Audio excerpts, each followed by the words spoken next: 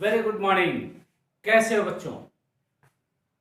सभी रिवीजन हो गया? कहीं कुछ प्रॉब्लम आ रही है? जो भी प्रॉब्लम है आपके दिमाग में, जो बातें नहीं समझ में आ रही हैं या कहीं आप अटक रहे हो, तो सब्सक्राइब करें और कमेंट बॉक्स में अपनी बातों को रिप्रेजेंट करें, तो नेक्स्ट क्लास में जिससे उसका सलूशन किया जा सके। तो आपने आवेश के गुण पढ़ा, आवेश क्या है वो चीजों को देखा। अब किसी भी उदासीन वस्तु को कैसे आवेशित करते हैं, यह आपकी कोशिश, यानी आवेशन की प्रक्रिया। तो किसी भी उदासीन वस्तु को आवेशित करने की 3 विधियां हैं। कौन कौन सी? घर्षण के द्वारा आवेशन, चालन के द्वारा आवेशन एवं प्रेरण के द्वारा आवेशन। केवल 3 तरीके: घर्षण के द्वारा आवेशन, चालन के द्वारा आवेशन एवं प्रेरण के द्वारा आवेशन। अब घर्षण के द्वारा आवेश कैसे उत्पन्न करता है, सबसे पहले वही आपने देखा। फिर भी यहां पे चीजें ये तभी उपयोग करते हो जब दोनों वस्तुएं उदासीन हो, यानी दो वस्तुएं हैं और किसी के पास आवेश नहीं है, तब आवेश उत्पन्न करना है यानी आवेशित करना है, तो केवल रास्ता है उनको आपस में रगड़ो। तो जब दोनों वस्तुएं उदासीन हो तो केवल घर्षण के द्वारा ही आवेशन संभव है, न ही चालन के द्वारा संभव है, न ही प्रेरण के द्वारा। एक दूसरे को रगड़ने के परिणाम स्वरूप उसमें विक्षोभ के कारण इलेक्ट्रॉन का आदान प्रदान होता है और वे आवेशित हो जाते हैं। क्या ये बात समझ में आई? अब जरा सोचो कि ये चालन के द्वारा आवेशन क्या है। चालन यानी विद्युत चालन। नदी में पानी भी बहती है, हवा भी बहती है, वो हवा का चालन है, पानी का चालन। लेकिन यहाँ आवेश का चालन कैसे? आवेश एक जगह से दूसरे जगह तक जाता है। तो चालन के द्वारा आवेशन तब होता है जब एक तो आवेशित वस्तु हो। क्या हो? आवेशित, यानी एक वस्तु पर आवेश का होना जरूरी है, और दूसरी वस्तु उदासीन। आपके घर में ये स्विच है, एक पर आवेश 0 है और दूसरे पर आवेश है। जैसे स्विच ऑन करते दोनों को जोड़ते हो तो जिस पर आवेश है चलना शुरू कर देता है। वही बातें यहां हो रही है जो आपके सामने आपके घरों में है। तो एक आवेशित वस्तु है और एक उदासीन वस्तु है। इसी को आवेशित करना है तो होगा क्या? अगर इन दोनों वस्तुओं को व्यक्तिगत रूप से संपर्क में लाया जाए, और संपर्क में लाने के लिए या तो इनको टच कराओ और या तार से जोड़ दो। तो जब इन दोनों वस्तुओं को तार से जोड़ा जाता है तो इस पर से आवेश का स्थानांतरण होता है। आवेश इस तार के माध्यम से प्रवाहित होता है और दूसरे वस्तु पर स्थानांतरित होता है। मान लो इस पर आवेश का मान कितना है? Q' है। तो ये आवेशन की प्रक्रिया हुई विद्युत चालन के द्वारा, जब एक वस्तु आवेशित है और दूसरा उदासीन है।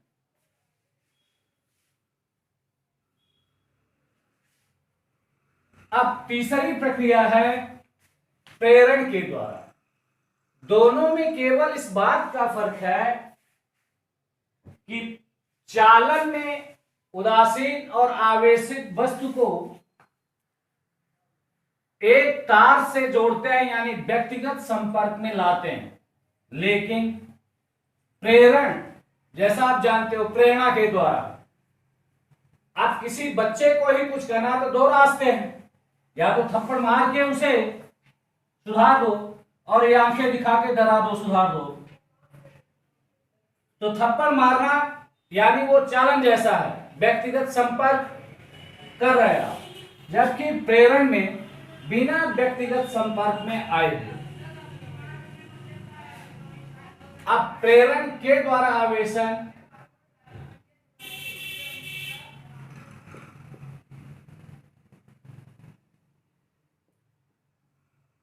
इसकी बात की जाए, यह आवेशित वस्तु है, इस पर आवेश मान लिया धन Q है और ये उदासीन वस्तु है,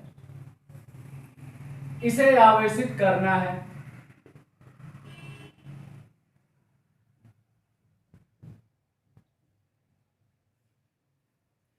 मान लो अभी आपने नहीं पढ़ा, इस वस्तु का तो प्रेरण के द्वारा आवेशन, ये आवेशित वस्तु है, इस पर आवेश Q कूलम, और ये उदासीन वस्तु है, इस उदासीन वस्तु का परावैद्युतांक K है। कितना है? K। परावैद्युतांक किसी भी पदार्थ की कुचालकता को व्यक्त करेगा और ये आगे अभी आपके सामने आएगा। कौन सा पदार्थ विद्युत का कितना बड़ा चालक है या कुचालक है, ये इसका मापन ही कौन करता है? परावैद्युतांक। तो थोड़ी देर के लिए मान लिया जाए कि इस वस्तु का परावैद्युतांक K है। अब अगर इस वस्तु को इसके सामने ला दो, लेकिन व्यक्तिगत संपर्क नहीं होना चाहिए, केवल सामने ला दो, बिल्कुल वैसे ही जैसे आप मिठाई की दुकान के सामने खड़े हो, दुकान में देसी घी का रसगुल्ला हो तो उसे देखकर मुंह में पानी आ जाए। रसगुल्ला खाने के बाद नहीं, केवल देख करके मुंह में पानी आना, ये प्रेरण है। उसी तरह से सामने रख दो, ये आवेशित हो जाए, ये प्रेरण के द्वारा आवेशन है। और वही चीज लिख रहे हो, जब किसी उदासीन वस्तु को आवेशित वस्तु के पास लाया जाता है, बिना संपर्क में लाए हुए, बिना व्यक्तिगत संपर्क, यानी जैसे तार से जुड़ा गया वो नहीं होना चाहिए, टच नहीं होना चाहिए, लाए हुए वस्तु में आवेश प्रेरित होता है, इसे प्रेरण के द्वारा आवेशन कहते हैं। आप प्रेरण के द्वारा आवेशन में अगर ये आवेशित वस्तु में आवेश प्लस Q, तो इस वस्तु पर विपरीत आवेश प्रेरित होता है।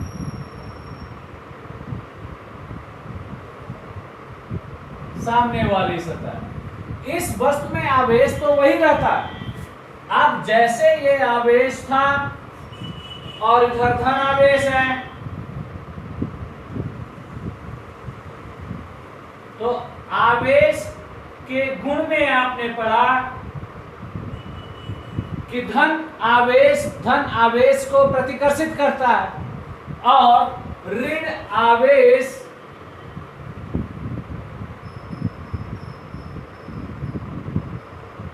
को आकर्षित करता है। तो इस वस्तु पर धन आवेश है, तो इस ऋण आवेश को अपनी ओर आकर्षित कर लेगा। अतः जो पास वाली सतह है, इस पर विपरीत आवेश प्रेरित होगा, और जो दूसरी तरफ सतह है, इस पर धन आवेश प्रेरित होगा। ये प्रेरित आवेश है, तो प्रेरित आवेश इसको माइनस यानी Q डैश रखा जाए, और ये विपरीत प्रकृति का होता है, तो यहां कर दिया गया माइनस है। तो आपने देखा प्रेरित आवेश, प्रेरण के कारण आवेशन। तो किसी भी पदार्थ पर प्रेरित आवेश का मान, अब इन तीनों में ये सबसे इंपॉर्टेंट केस है आपका, जो आगे संधारित्र में भी आवश्यकता पड़ेगी, जिसे आप ध्रुवण कहते हो। तो प्रेरित आवेश का मान Q डैश प्रेरित आवेश है, बराबर माइनस Q ब्रैकेट में 1 माइनस 1 डिवाइडेड बाई K, जहां Q आवेशित कण पर आवेश का मान है और K आवेशित होने वाले यानी उदासीन कण का परावैद्युतांक है। परावैद्युतांक पदार्थ की कुचालकता को व्यक्त करती है। ठीक है, तो प्रश्न क्या है? पहले तो ये ध्यान में रखना कि प्रेरित आवेश का मान होता कितना है।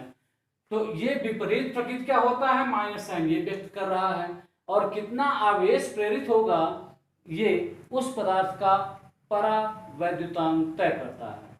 उदाहरण के तौर पे अगर हवा की बात की जाए, क्योंकि ज्यादातर घटनाएं हवा में होती हैं, तो हवा का परावैद्युतांक 1 होता है और ये सबसे बड़ा कुचालक है, बाकी सबकी कुचालकता इससे कम है। तो हवा का परावैद्युतांक 1 होता है, अतः हवा में प्रेरित आवेश, जब यहाँ k का मान 1 रख दोगे तो q डैश प्रेरित आवेश क्या हो जाएगा, शून्य। अर्थात हवा में प्रेरित आवेश का मान शून्य होता है।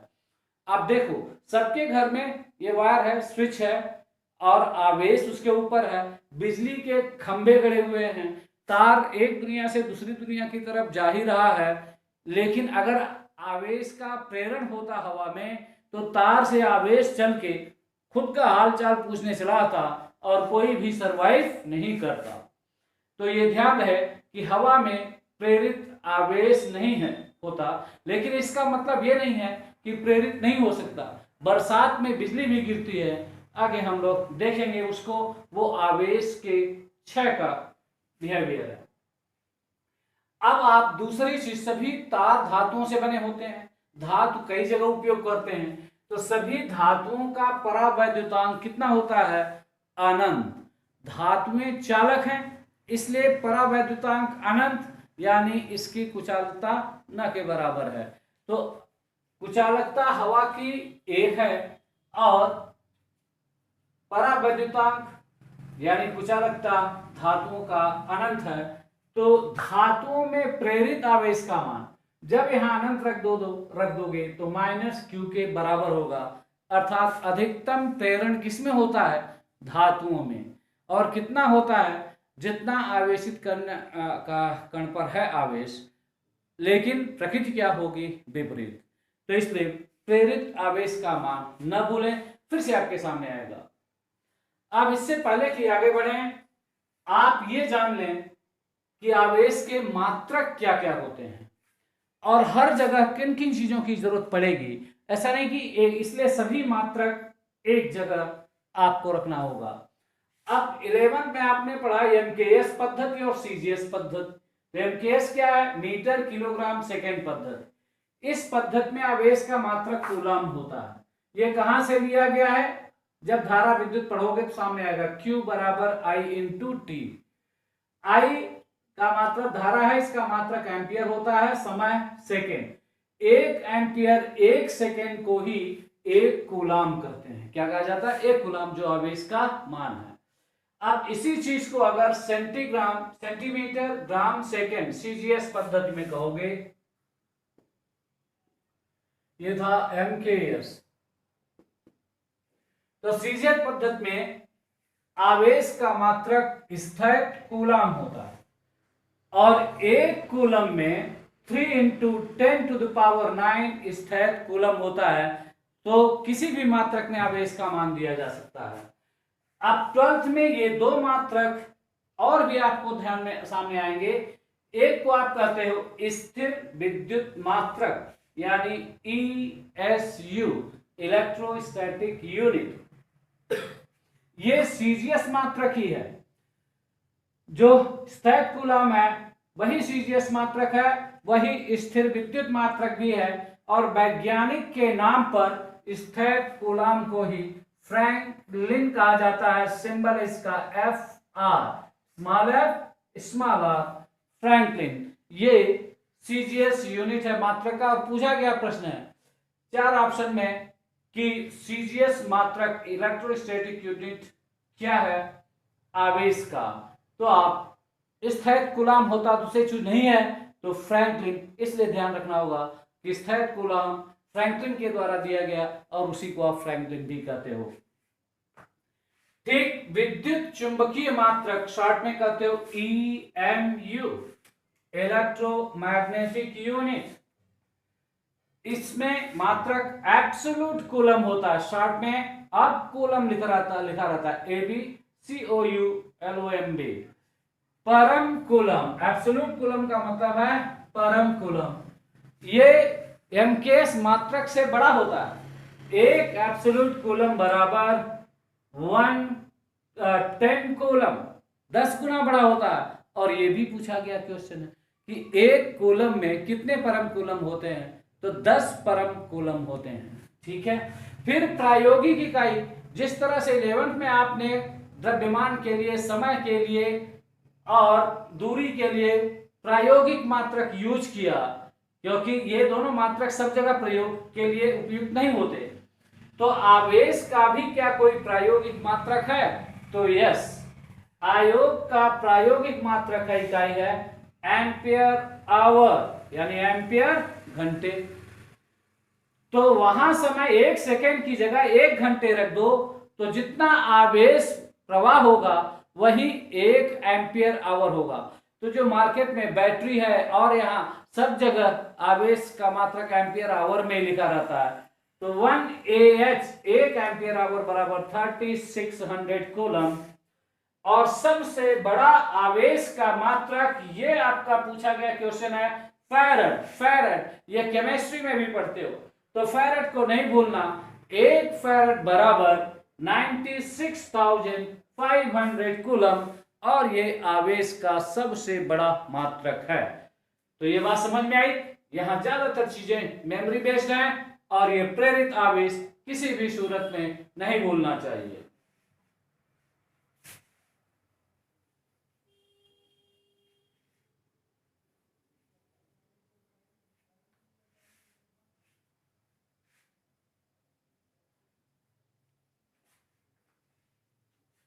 अब सबसे इंपॉर्टेंट पॉइंट, यानी इलेक्ट्रोस्टैटिक जिसके लिए जाना जाता है, उसके लिए बुनियाद आपकी तैयार हो चुकी है। जब आप आवेश का गुण कहें तो लास्ट में लिखा था कि समान आवेश एक दूसरे को प्रतिकर्षित करते हैं, लेकिन विपरीत प्रकृति के आवेश एक दूसरे को आकर्षित करते हैं।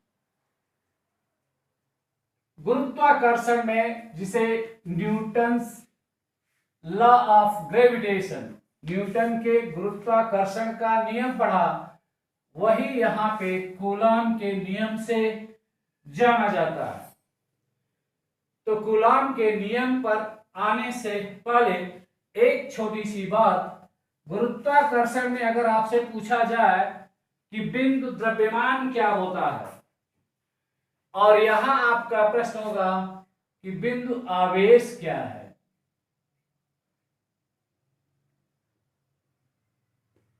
बिंदु आवेश, आवेश क्यों कूलम है, लेकिन बिंदु आवेश क्या है? ऐसा आवेश जिसके द्वारा द्रव्यमान क्या उत्पन्न करता है? गुरुत्वीय क्षेत्र। तो आवेश क्या उत्पन्न करता है? विद्युत क्षेत्र। ये बनाता है, ये सजाता है बिजली की दुनिया। कैसे? गुरुत्वीय विद्युत क्षेत्र उत्पन्न करके। तो बिंदु आवेश वह आवेश है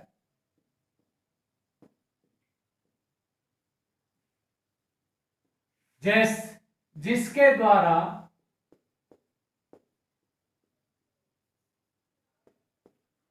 उत्पन्न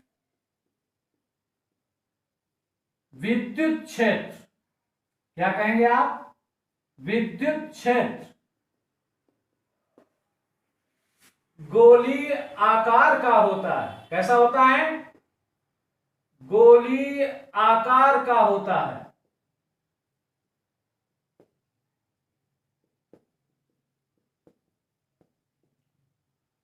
अतः आवेशित कण का आकार भी गोलीय होता है।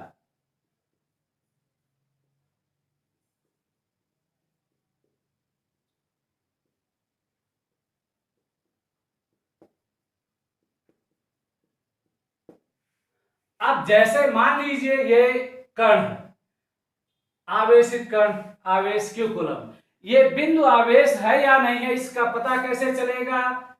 इसके द्वारा जो विद्युत क्षेत्र उत्पन्न हो रहा, ये गोलीय आकार का होना चाहिए। अब आपके घर में एक बल्ब है और एक ट्यूबलाइट है लंबी वाली, दोनों में अगर पूछा जाए कि प्रकाश का कौन सा बिंदु स्रोत है, ये सभी चैप्टर के लिए है, तो बल्ब बिंदु स्रोत है। क्यों बिंदु स्रोत है प्रकाश का? क्योंकि उसके द्वारा उत्पन्न प्रकाश का क्षेत्र गोलीय आकार का होता है। लेकिन ट्यूबलाइट के द्वारा उत्पन्न प्रकाश का क्षेत्र बेलनाकार आकार का होता है। तो हर वो आवेश या आवेशित कण जिसका आकार गोलीय है, विद्युत क्षेत्र भी गोलीय आकार का होता है, का आकार गोलीय होता है। लेकिन अगर आवेशित कण मान लीजिए गोलीय आकार का नहीं है, ये रेखीय चालक, रेखीय आवेश है,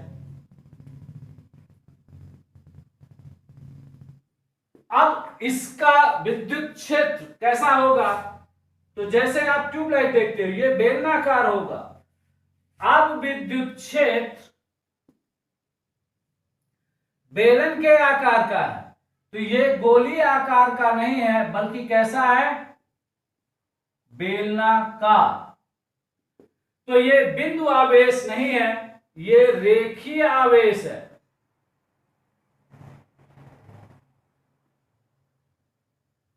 अब मान लो कि ये विद्युत क्षेत्र है और विद्युत क्षेत्र को अगर E से लिखा जाए, थोड़ी देर के लिए भी हम कुछ नहीं जानते कि विद्युत क्षेत्र क्या है, केवल बिंदु आवेश का मतलब समझना है। यहां कोई बिंदु लेते हो और इस आवेश से इसकी दूरी r है, तो इस विद्युत क्षेत्र की तीव्रता E क्या है? विद्युत क्षेत्र की तीव्रता। तो ये विद्युत क्षेत्र की तीव्रता उस बिंदु की दूरी के वर्ग के व्युत्क्रमानुपाती होती है और इसी को कहते हो व्युत्क्रम के वर्ग के नियम का पालन करता है। व्युत्क्रम के वर्ग के नियम का पालन।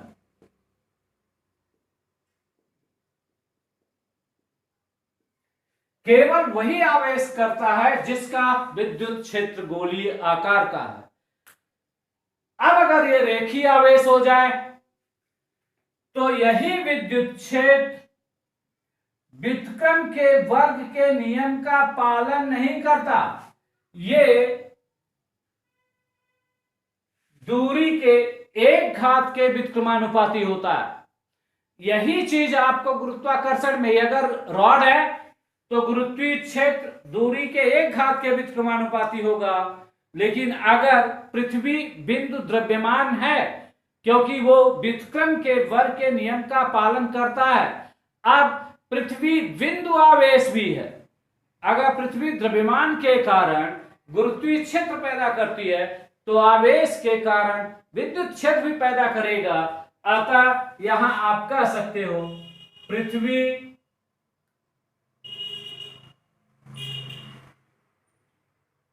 एक बिंदु आवेश है और ये इसलिए आपको बताया गया क्योंकि कूलॉम का नियम केवल बिंदु आवेश के लिए है, बिल्कुल उसी तरह से जैसे न्यूटन के गुरुत्वाकर्षण का नियम केवल बिंदु द्रव्यमान के लिए है।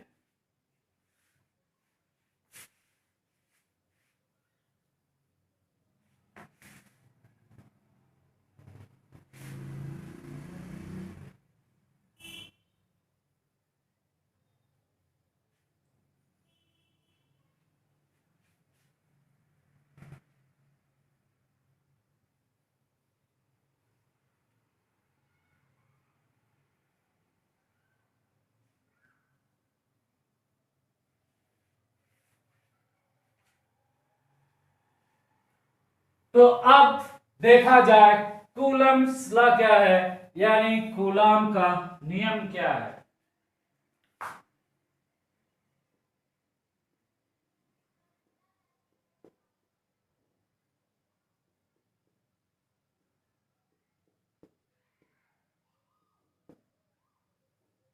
कूलॉम का नियम, अब मान लो एक बिंदु आवेश Q1 यहां पे है और दूसरा बिंदु आवेश Q2 यहां पर है। इनके बीच दूरी कितना है? r। तो यहां मैं लिख दूं Q1 और Q2 बिंदु आवेश है,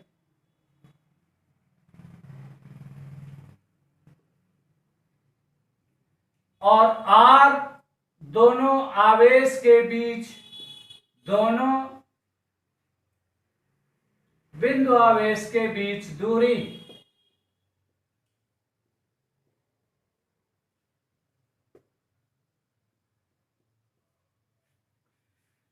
अब कूलॉम का नियम क्या कहता है?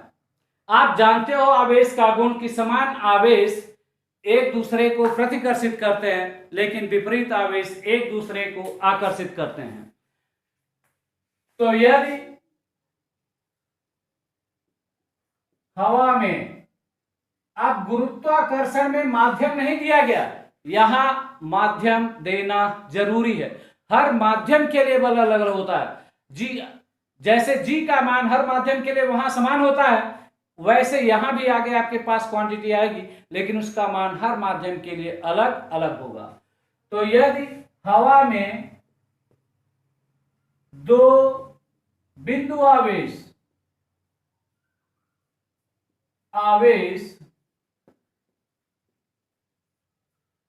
Q1 और Q2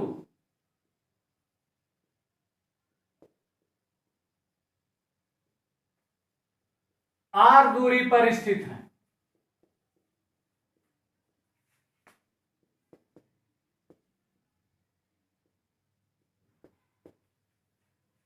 तो उनके बीच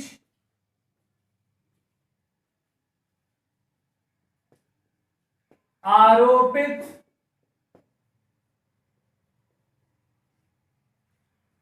आकर्षण या प्रतिकर्षण का बल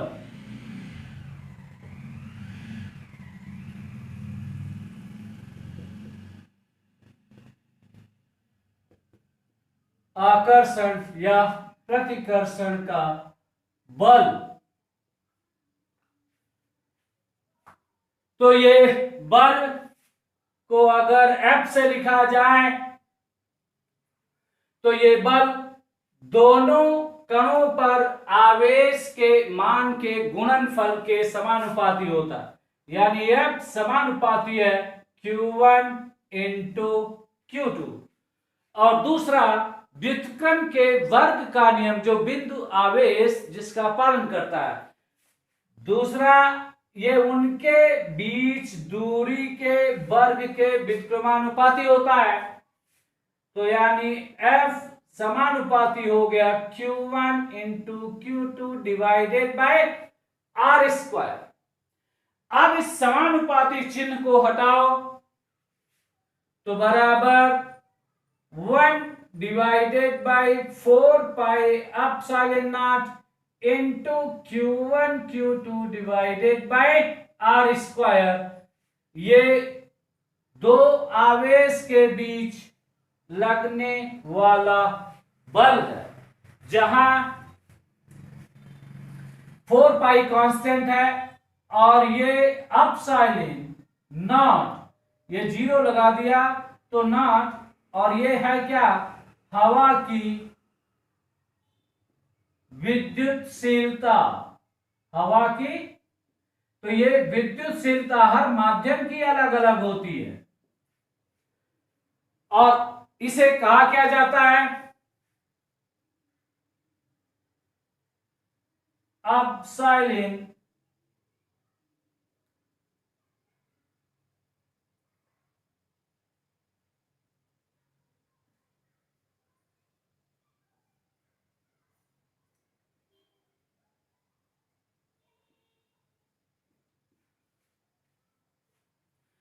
और इस एप्सिलॉन की वैल्यू होती है हवा के लिए 8.85 into 10 to the power -12 unit.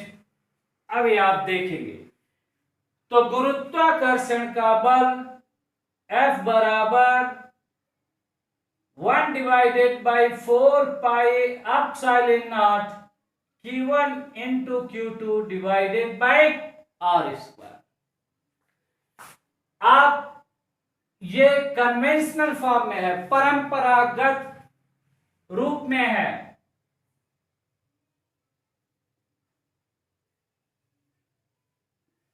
पर परंपरागत प्रारूप में है। अब अगर इसी को स्थिति सदिश के रूप में, क्योंकि ये सदिश राशि है, तो 1 divided by 4 pi epsilon not Q1 into Q2। आप R को सदिश के रूप में लो, डिवाइडेड बाई, तो घात यहां 3 हो जाएगा, क्योंकि बोर्ड तक का भी आपका प्रश्न होता है कि इसका सदिश रूप प्रारूप क्या है। तो ये सदिश रूप है।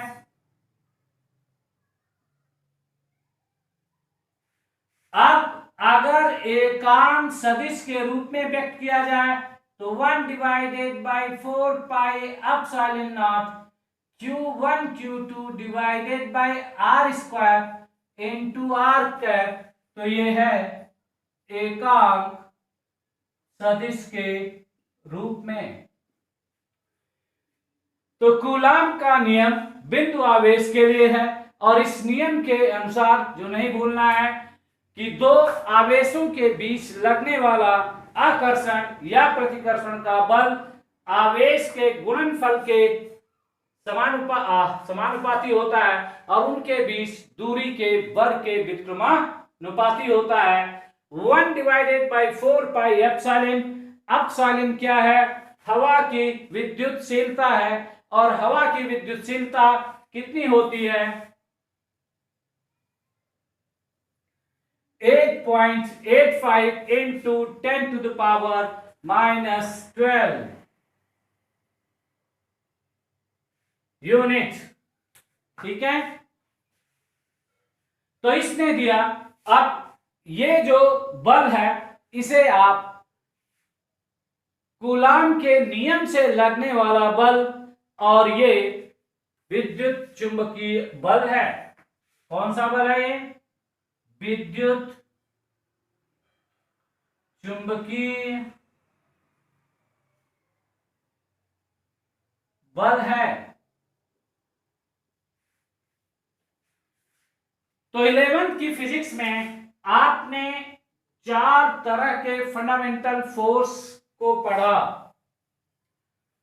11th में आपने पढ़ा गुरुत्वाकर्षण का बल। अब यहां से दोनों के तुलनात्मक प्रश्न होते हैं। जैसे कहा जाए कि गुरुत्वीय बल एवं विद्युत चुंबकीय बल के बीच अंतर क्या है, या इस विद्युत चुंबकीय बल को मूलभूत बलों के प्रारूप में कैसे देख सकते हैं। तो इस कूलाम के नियम से जो बल लगा, इस विद्युत चुंबकीय बल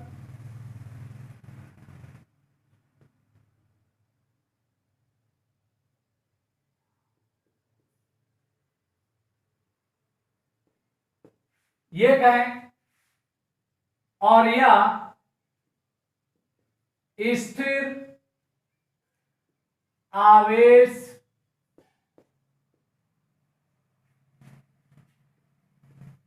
पर आरोपित बल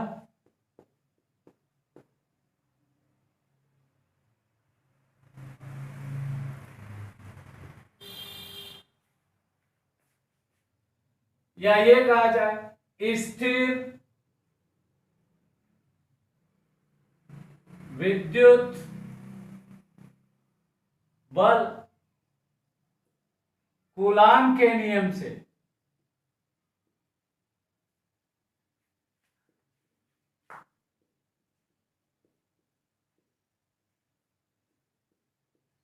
सब एक ही है। तो इस समय इलेक्ट्रोस्टैटिक फोर्स स्थिर विद्युत बल कूलाम के नियम से इसकी तुलना कर रहे हैं। तो पहली चीज, कि ये दुनिया में किस कैटेगरी का बल है। तो आप जानते हो कि नाभिकीय बल एम से लिखते हो, ये दुनिया का सबसे बड़ा बल है। तो इसके बाद दूसरे स्तर पर आता है इलेक्ट्रोमैग्नेटिक फोर्स, यानी इसीलिए विद्युत चुंबकीय बल लिखा गया है इलेक्ट्रोमैग्नेटिक फोर्स। ठीक है, और ये बड़ा होता है किससे? कमजोर नाभिकीय फोर्स यानी वीक न्यूक्लियर फोर्स, और ये बड़ा होता है गुरुत्वाकर्षण के बल से। तो आप जानते हो कि गुरुत्वाकर्षण का बल सबसे कमजोर है। इसका तात्पर्य क्या है कि गुरुत्वाकर्षण के बल से विद्युत चुंबकीय बल बहुत बड़ा होता है। अब अगर इसका मान 1 न्यूटन है तो इसका मान 10⁻⁻⁰ न्यूटन है, और इसका मान 10⁻⁻13 न्यूटन है, और इसका मान 10⁻⁻39 न्यूटन है। ये फिजिकल वर्ड 11 की फिजिक्स में पहले चैप्टर में है, और कई जगह आपको जरूरत पड़ेगी, हर जगह बल के बारे में पढ़ते हो। यही मूलभूत बल है। अब तो आप कह सकते हो कि स्थिर विद्युत बल गुरुत्वाकर्षण बल की अपेक्षाकृत बहुत बड़ा होता है। स्थिर विद्युत बल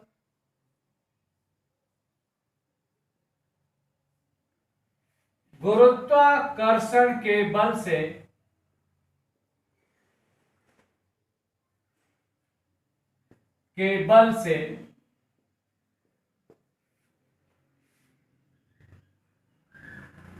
बहुत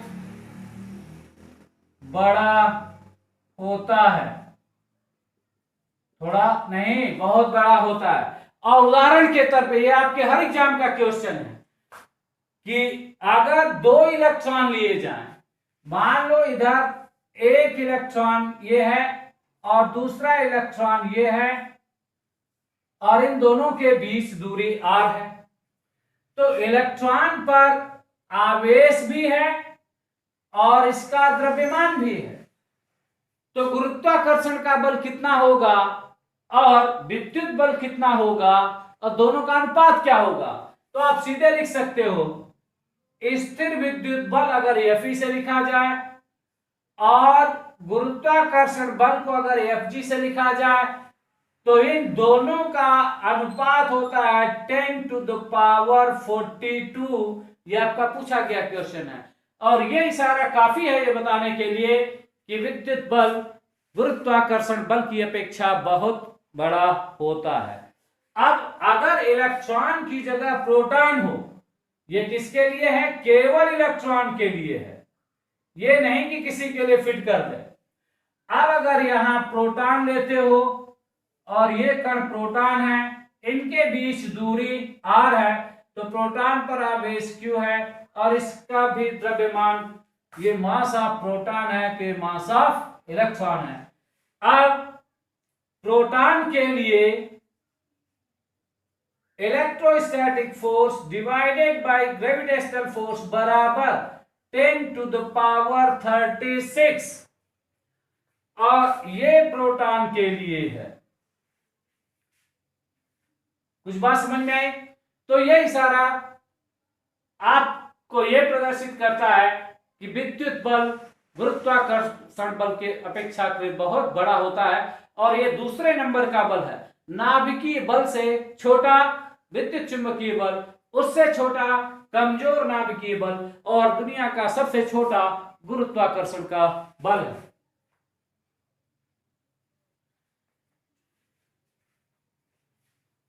और भी बातें इसी संदर्भ में। अब आप जानते हो कि गुरुत्वाकर्षण का बल केवल आकर्षण का, वहां प्रतिकर्षण नहीं होता, जबकि विद्युत बल आकर्षण एवं प्रतिकर्षण दोनों का है। यानी स्थिर विद्युत बल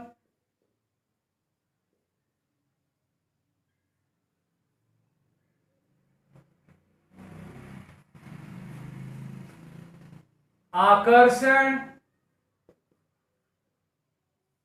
एवं प्रतिकर्षण दोनों प्रकृति का है।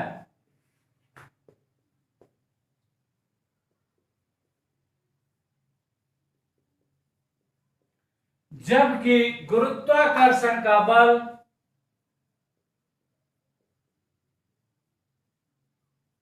गुरुत्वाकर्षण का बल केवल आकर्षण प्रकृति का है।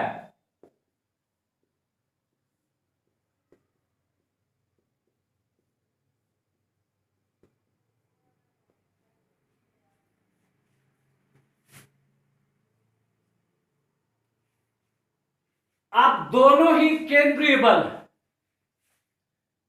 स्थिर विद्युत बल केंद्रीय बल है। अब ये समानता है, गुरुत्वाकर्षण का बल भी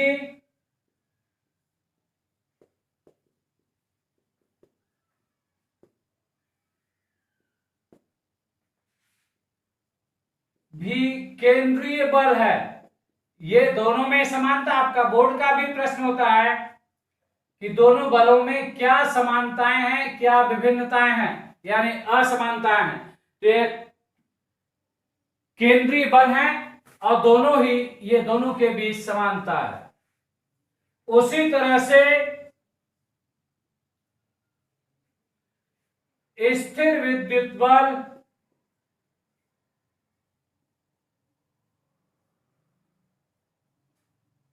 अन्योन्य बल है।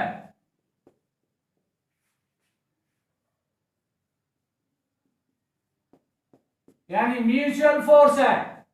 म्यूचुअल का मतलब समझते हो कि दो लोग सामने खड़े हो जाओ और एक साथ ही एक दूसरे को खींच के थप्पड़ मारो, यानी जो दो के बीच होता है, अकेला नहीं, तो म्यूचुअल यानी एक दूसरे पर, उसी को आप कहते हो अन्योन बल है। जबकि गुरुत्वाकर्षण का बल भी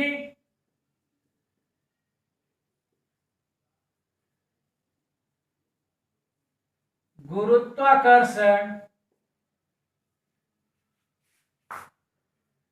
का बल भी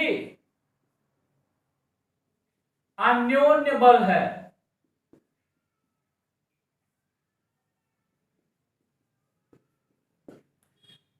अब अन्योन्य का मतलब क्या? जैसे ये आवेश Q1 है और ये आवेश Q2 है, दोनों एक दूसरे पर बल लगाते हैं।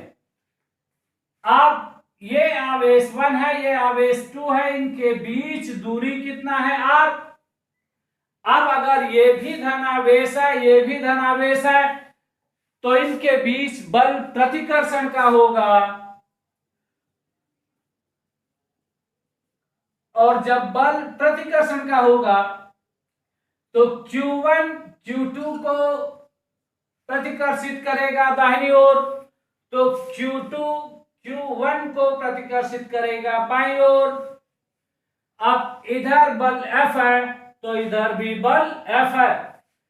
अगर इनमें से कोई भी गायब हो गया नहीं है तो बल आरोपित नहीं होगा, और ये बल F का मान, अब अगर आप चाहते हो कि 1 पर 2 की वजह से कितना लगा बल, तो आप लिखोगे कण 1 पर कण 2 के कारण लगने वाला बल, इसकी दिशा इधर है ना, बराबर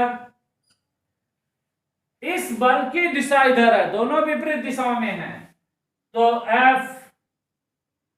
F21 कण 2 पर कण 1 के कारण लगने वाला बल ये अन्योन्य प्रकृति का मतलब है। क्या ये बात समझ में आई?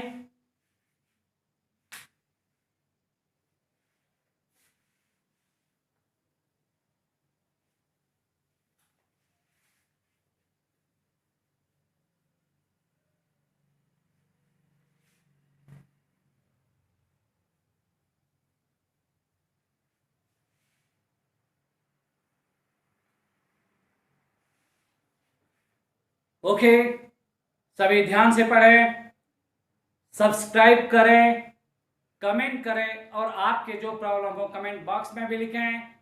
धन्यवाद।